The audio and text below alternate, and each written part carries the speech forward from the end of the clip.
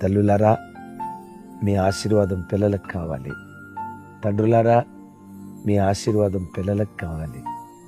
పిల్లలు స్కూల్కి వెళ్ళేటప్పుడు వారి తల మీద చేతులుంచి ప్రార్థన చేసి పంపించండి. కుటుంబ ప్రార్థన జరిగేటప్పుడు, వాళ్ళ బర్త్డేకి వచ్చినప్పుడు 2 చేతులు వాళ్ళ తల మీద ఉంచి, తండ్రిగా నీకు అధికారం ఉంది, తల్లిగా నీకు అధికారం ఉంది, 2 చేతులుంచి వాళ్ళ తలల మీద పెట్టి ఆశీర్వదిస్తూ ఈ మాటలనండి. యవన బిడ్డలారా, తల్లిదండ్రులు నిన్ను బట్టి ఎప్పుడు కన్నీరు కార్చనివ్వదు.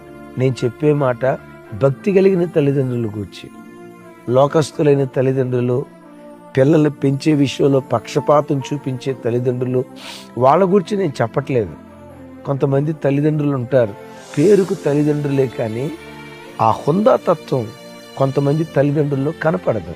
అయితే ఆ మంచి తల్లిదండ్రుల్ని అమ్మా నాన్న దగ్గరికి వెళ్ళి, నాన్న నీ చేతులు నా తల మీద ఉంచి నన్ను ఆశీర్వదించు, వాళ్ళ నోట నుంచి బయలుదేరే ఆశీర్వాద మాట నీ పిల్లలను ఆశీర్వదించును గాక. తల్లిదండ్రులారా, పిల్లలు ఎంత కోపం రేపినా, కోపం వస్తే చెయ్యెత్తి దెబ్బ కొట్టు, చేతికి పని చెప్పు కానీ నోటికి పని చెప్పకు. పదే పదే వాళ్ళు నీకు గుండె కోత మిగిల్చిన దీవించు వాళ్ళని, నీ గాయాలు రేపిన దీవించు వాళ్ళని, నీ హృదయం పిండబడేటట్లుగా దుఃఖాన్ని కలుగు చేస్తున్నా నాశనం అయిపోతావురా అని అనకండి.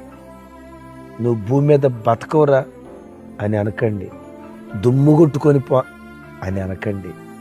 వాళ్ళు ఎంత పెయిన్, ఎంత నొప్పి కలుగు చేసినా ఓ తల్లిగా, తల్లి తండ్రి అంటే అదే కదా, ఓ తల్లిగా తండ్రిగా ఆ బాధను దిగమింగుకుంటూ చేతులెత్తి దీవించాలి కానీ పిల్లలు పొరపాటును శపించకండి.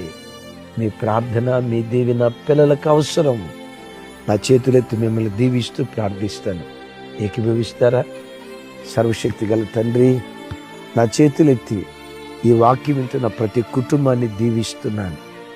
ఆత్మీయంగా వర్ధిల్లుదురుగాక, ఆర్థికంగా వర్ధిల్లుదురుగాక, మంచి ఆరోగ్యపరంగా వర్ధిల్లుదురుగాక.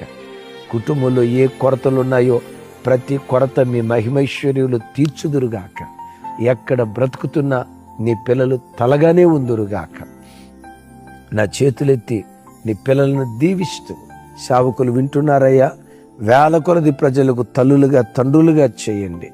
సమస్త ఘనత మహిమ ప్రభావాలు మీకే ఆరోపిస్తూ యేసు నామం పేరిట ప్రార్థించి స్తుతించి పొంది ఉన్నాం తండ్రి.